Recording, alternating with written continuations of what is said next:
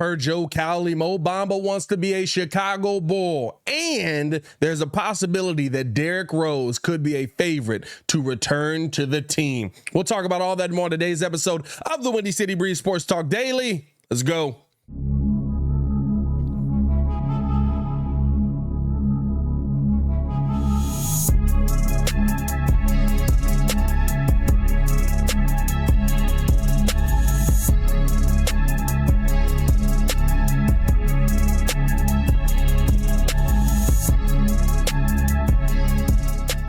Now, if you are new to the channel, please like the video. Please subscribe to the page. We do talk Chicago sports daily on this channel. It's the only channel talking Chicago sports, how Chicago talk. So make sure that you get in tune with us, man.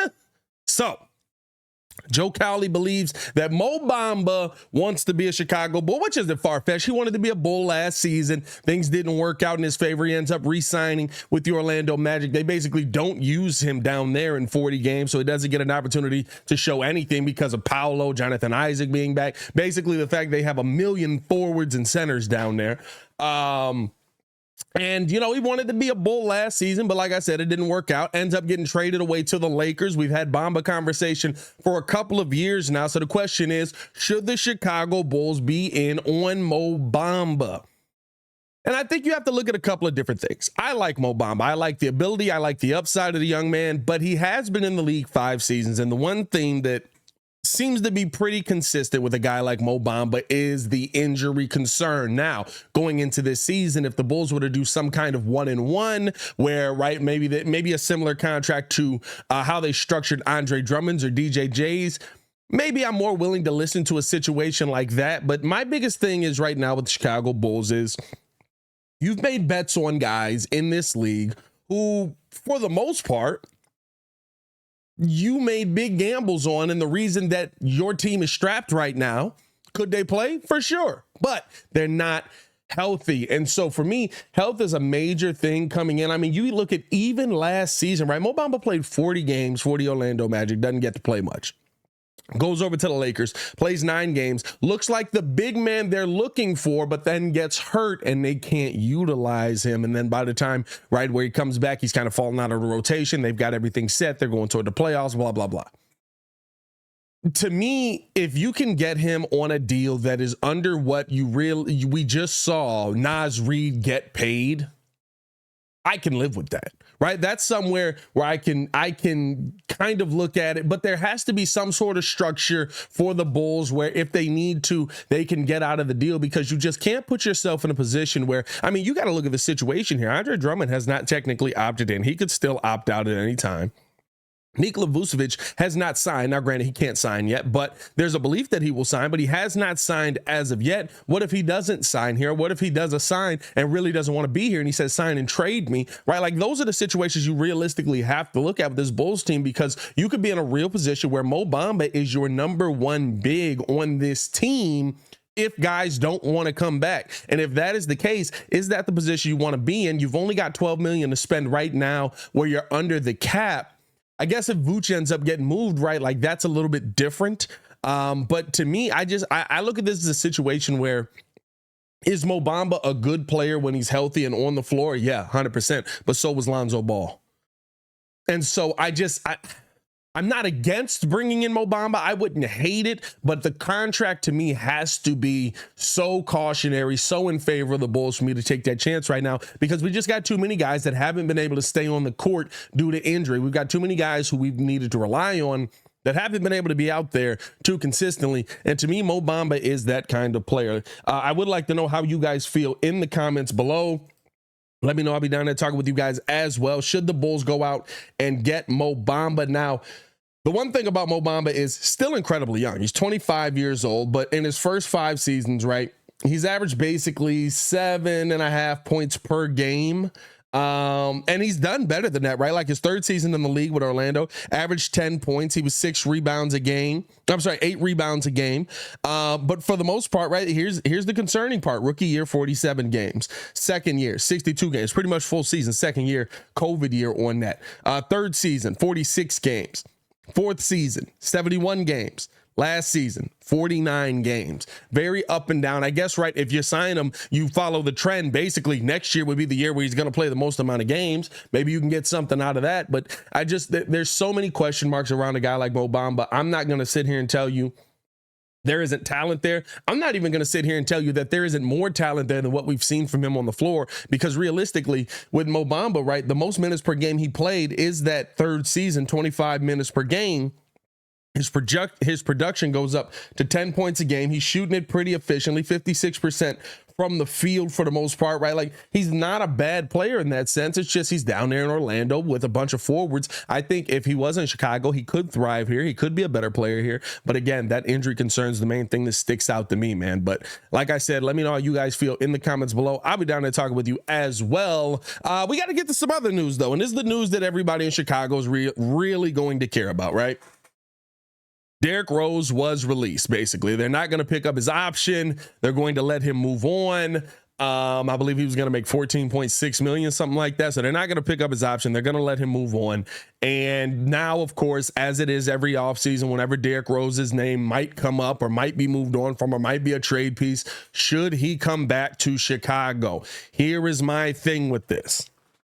I love D Rose. I want to hear MVP chants back in Chicago when D Rose is here.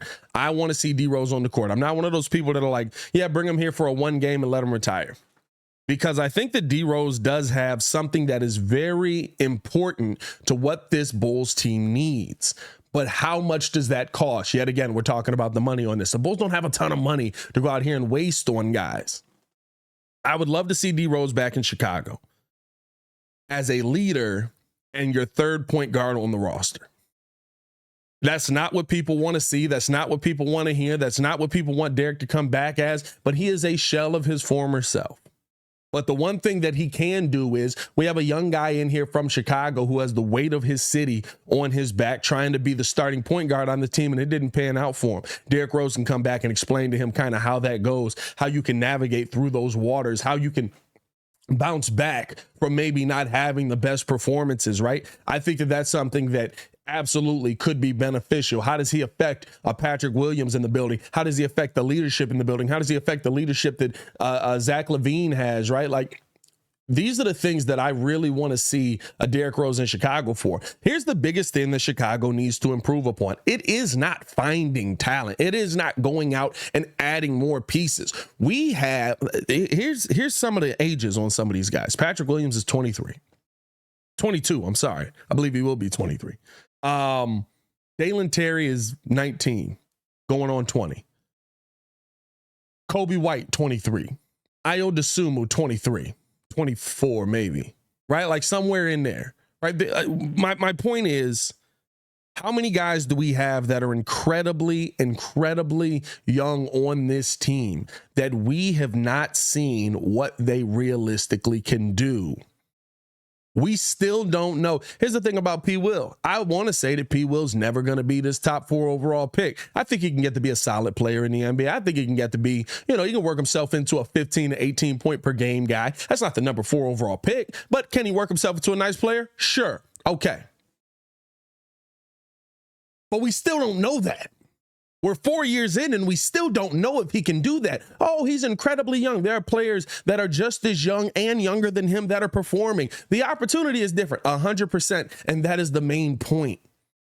You have a team right now of young guys that you have no direction with, it seems to me, no leadership with. I can kind of see DeMar DeRozan as the guy that is leading them in the offseason, showing them how to work out, showing them how to train their bodies, showing them how to do these things, 100%. But when I see it on the court, it's not relaying to the actual basketball court. We're not getting that connection. And so to me, if you're bringing Derrick Rose back, he's coming back in a leadership role. He's coming back as we want to help these young guys along. We want to teach Kobe White how to make this move. We want to do these little things that older teams had. I don't think a lot of people remember this. Teams back in the day had vets just like that on their roster for that reason. The Miami Heat had UD, but almost every team had vets back in the day on their roster for that reason. That guy that was in there who is just the, hey, we're going to make this happen. We got to do this. We're going to work on this. We got to do this, blah, blah, blah. He's not expecting to come out there and play 25 minutes a night. You know what he's expecting to do?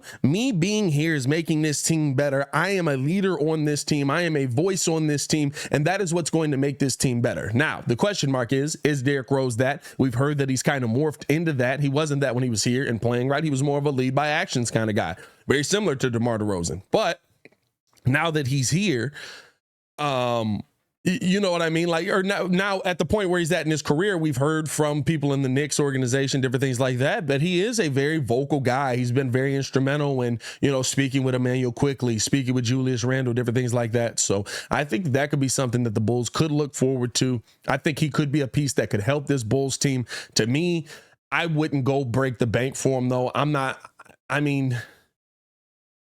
I guess I wouldn't give him a vet minimum just because I don't want to be disrespectful. But I mean, I'm talking about like the Goran Dragic contract, if it's me, right? Hey, come on home, $2 million here. We'll give you a player option on it. You can pick it up if you want.